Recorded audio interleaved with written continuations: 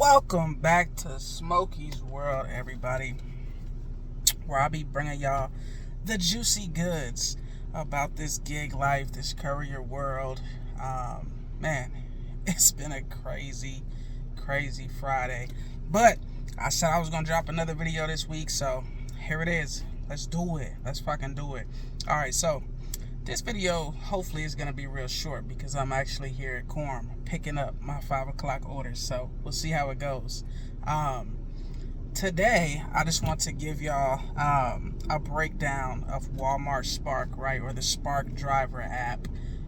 For those of y'all that like to mix it up, a lot of people ask me about apps, my preferences, if there are some good apps that I recommend, and things like that. So I figured I would just go through and try to do a brief video for each app that I have personally run on. Okay, so today we're going to talk about the Spark driver app. All right, because that's the app that I've been running with in between my orders and stuff like that, because I just got approved. So first and foremost, the one thing I will say about the Spark app compared to a lot of other apps is the wait time. All right, and I know that if you were getting into apps like a couple of years ago, like before people started actually quitting their full-time jobs to run these apps, then there probably wasn't a lot of wait time because they were still like pulling a lot of drivers in and stuff. But I will say, I applied to be on the Spark app maybe like around the time I first got to Vegas, so maybe like a year and a half ago. And I just got my account activated literally mid-August. Okay, so the first thing I'm going to say about the Spark app is the wait times. You know what I mean? When you sign up to run on this app, especially here in Vegas, the wait time is extreme. So please do not expect a quick turnaround in their application process, because they're going to have you come in, do your enrollment, and after that you're going to be added to the wait list. Okay, there's a million fucking people in the world that are trying to get on these apps and these platforms because they've watched all these YouTube videos where people say, hey, I made this much money on this app, and then everybody runs to go get on that app. Okay, so that's another reason why I tell you all, for those of you all that want to run apps and stuff like that, stop asking the question, what apps are the best, and just start applying to them all, because I've told you all, all the time that more than likely you're going to get waitlisted on these apps. Okay, cool. So that's my first thing with Spark. The wait list was long as fuck. Okay, here in Vegas, it was long as fuck. I told you all I applied for this like when I first got here a year or so ago. And I've been waiting. My account just got approved in August. Okay, so as you all know, I am under contract. I do run a contract with Courier LLC, so I have multiple pickup times throughout the day, and I run stat orders with them. But in between then, okay, when the volume is down, or when the orders are slow that day, still got to keep the money going. All right, so you find an app or something to occupy your time while you're waiting to get you some orders or whatever. So I just got approved on the Spark app, so I wanted to get on here myself because I'm one of those people where it's nice to hear other people's experiences on these apps and things like that.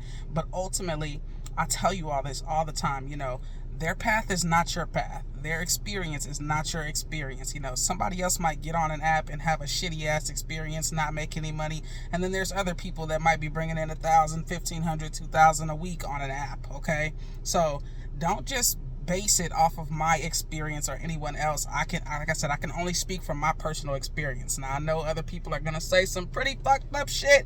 I don't care. I'm just talking about my experience. Okay, so in my opinion, all right, the Spark driver app is actually pretty decent.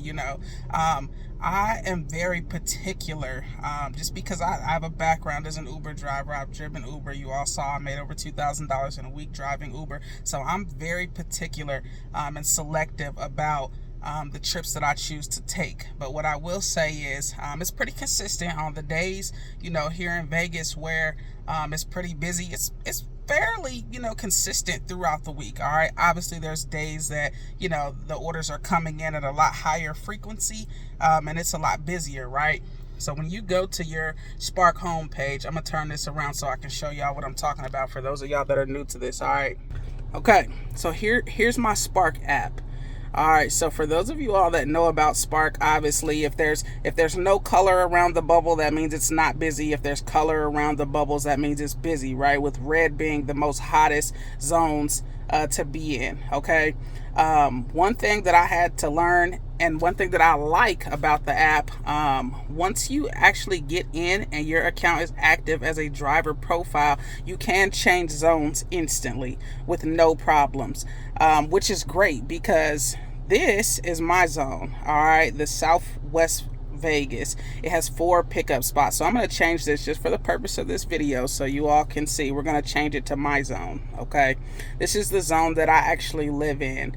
So these locations would be where I would be picking up at. Okay, as you can see, there's not very many, you know what I mean? And it's not very busy at all. I'm not gonna lie, I haven't taken a single order in my zone because there's just not a lot going on, right? So once your driver profile is activated, you can change between zones. So usually I like to go to Northwest. Obviously everybody in Vegas knows this, because number one, it has the most pickup points, right? So you think to yourself, okay, well, it has the most pickup points, surely there's a lot of work going on there, and it's the next closest zone that's to me.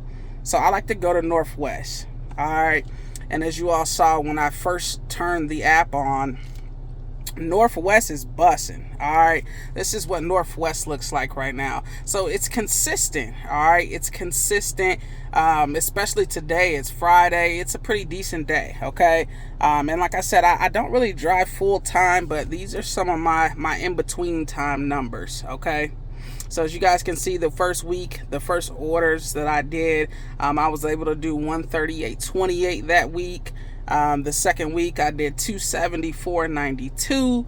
The week after that 203.61. The week after that 236.81. This week just $89.34. Okay, so I'll go to some of these so you all can see, because like I said, I'm very particular with my orders. Number one, I honestly try not to take anything less than $10. Please don't pay attention to this shit like this. Like, I took this one specifically because it was at a store that I had never picked up from, and I wanted to see what they had there. That Cosmo Proof store, which was a bullshit delivery, but it wasn't really going that far, so it didn't really matter. Okay, so but most of the time I like to take, you know, orders that are $10 and up. All right, if it's quick, it's $10 and up, and I can do it pretty quickly and get it in between orders, and I take it. All right, so as you guys are looking at my completed, you see there's not a lot of things on here that are under $10. All right, the orders are pretty decent that come through, but you do have to cherry pick. Do not just take every single order that hits off your screen. Okay, make it worth your while, you know what I mean, when you do these. As you can see, I've gotten some pretty decent orders, and I am not one of those people. Let me turn this back around. I'm just not one of those people that is going to take, you know, a $10 order going 10 miles and shit like that. No, when you're a driver, you have to think about the time it's going to take you to complete it, how much you're getting paid, and the mileage. Those are the 3 things that I always try to take into consideration when I'm going through and I'm picking these orders. Okay, so you can make decent money on Spark. All right, I will say that, even though I haven't had a chance to drive full time to see what it's like, you know, doing like 8 hours plus on the app, you can make decent money. All right, as you all seen, you know, most of those weeks I consistently made an extra $200 a week, you know what I'm saying, which, as you know, if you watch my previous videos, would essentially cover my gas for the week, right? Because I told you all I spent about $150 to $200 a week on gas doing courier work. All right, so that's literally enough to pay for my gas for the week that I pulled in, you know, consistently, just grabbing a couple orders here and there in between, you know, my courier route or whatever. So the money is definitely consistent. Now, how much time you want to put in is on you, you know what I'm saying? These apps were never meant to be full-time jobs. However, people do what they got to do to get money, you know what I'm saying? So if you got to get out here and use it as a full-time gig, cool, you know what I'm saying? So the other thing that I will say is, one of the things that I don't like about the Spark driver app, okay, this is what annoys me the most about this shit. You know, when you see an order come through on your screen, it's going to show you an order with the expected, or, you know, whatever the tip says it's supposed to be. However, they give their customers up to 24 hours to go back in and change, their tip.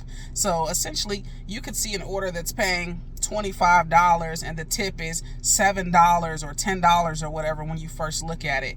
And you only get paid out for whatever the delivery is. So if you have a one card, you get paid out instantly, just like the Uber Pro card. All right, if you have a one card, you get paid out instantly, which I love. I do love that feature. So if you have their one card, you get paid out instantly after each delivery. All right. Those tips, you won't see those come in for at least another 24 to 48 hours. Most of the time it's just 24 hours. But the point is, the customer can change their tip. And I've learned here recently that they call it tip baiting. So what you find is you see orders coming in with higher tips on there. And then once the tip comes through, it's lower or literally nothing compared to, what it was. I've had tips that were, $10, $7 or whatever. And then when the tip actually processed, it was $1 or something like that. That's fucking bullshit. All right. So if anybody from the Spark headquarters is watching this video, please get that shit together. You should not be able to allow people to change what they put in there as their tip up to 24 hours after that just to bait a driver to hurry up and go get their order. That shouldn't be a thing. All right. Whatever you set as the tip in the beginning, that's what it should stay. Point blank, period. All right.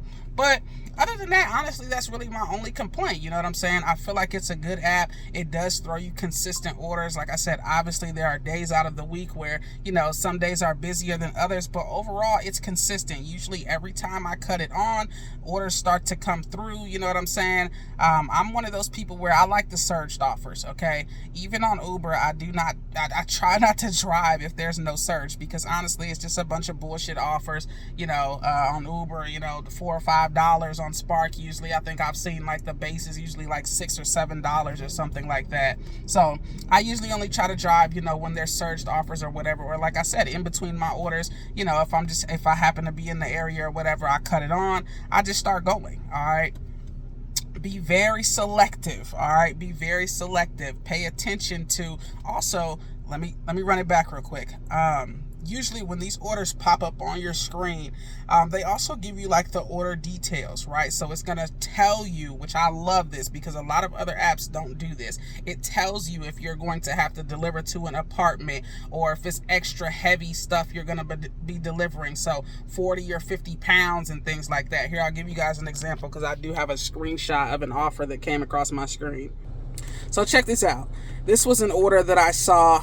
It was a shopping order, and you see here it shows this order has extra earnings. It's going to an apartment, and it's an express order. It doesn't say it's heavy, so it might only be like 1 case of water, but I will tell you all right now, just from my personal experience, anything that says 40 to 50 pounds is usually multiple cases of liquid or water, pop, anything like that. All right. But this was actually a decent order. It was a lot of shit on here, right? It was a lot of shit, but it's $33.74, and it was only going 3.6 miles. So sure, right? But be very cautious when you see that apartment and shit pop up there, okay? Or those 40 to 50 pound orders. However, usually all you have to do is just tap on the order. All right. So when it comes across the screen, I will tap on it. I'll look at the order, because when I see apartments, I'll tell you the first thing that I check for is what floor it's on.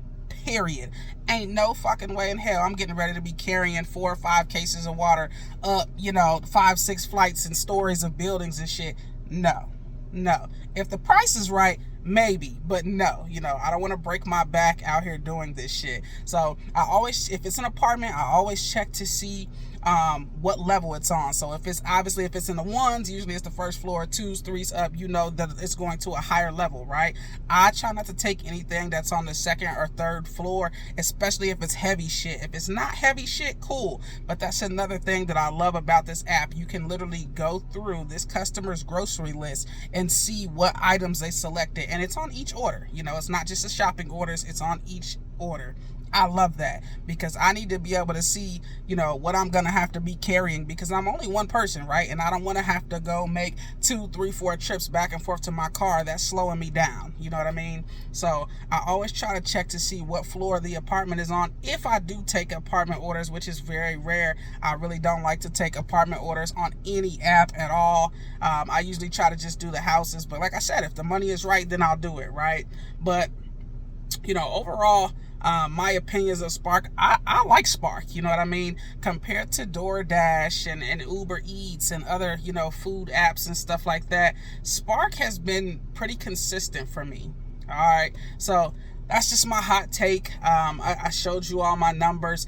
You've seen what I've been able to do on the app, just, driving in between and stuff like that. So I definitely feel like you can make it beneficial to you. You know what I'm saying? One thing that I always try to tell people about these apps is it is very market specific. Okay, I live in Las Vegas. If you do not live in Las Vegas, you might not get the same results I have. All right. And if you do and you don't get the same results, well, you might be being too picky. It's a lot that goes into this, all right? It's a lot that goes into this. My mindset works completely different.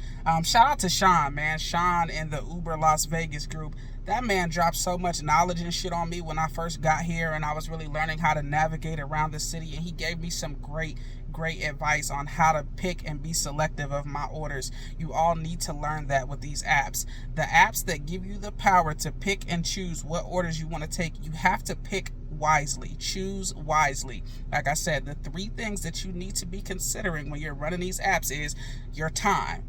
How much money do you want to make per hour? Okay, break it down in an hourly rate if you have to. If you want to make $30 an hour, then you know what each order needs to be at for you to hit that and how long it's going to take you to do it. So your time, the mileage. I usually do not take orders that are less than $1 per mile. Anything less than $1 per mile is barely going to be getting you by with gas, okay? So I try not to take anything that's less than $1 per mile. So all that shit that's going 10 miles and 20 miles and shit like that, at minimum, it should be $10 or $20. However, I like to see double because you got to count that deadhead, right? And the extra time that it takes, If you're driving 10 miles away to go pick up an order, and you make $10, well, you still got to drive 10 miles back. So ultimately, you should have been looking for about $15 to $20 to cover a little bit of that extra mileage in there, right? So time, mileage, all that. You really got to be paying attention, all right? I'm gone. I appreciate y'all so much.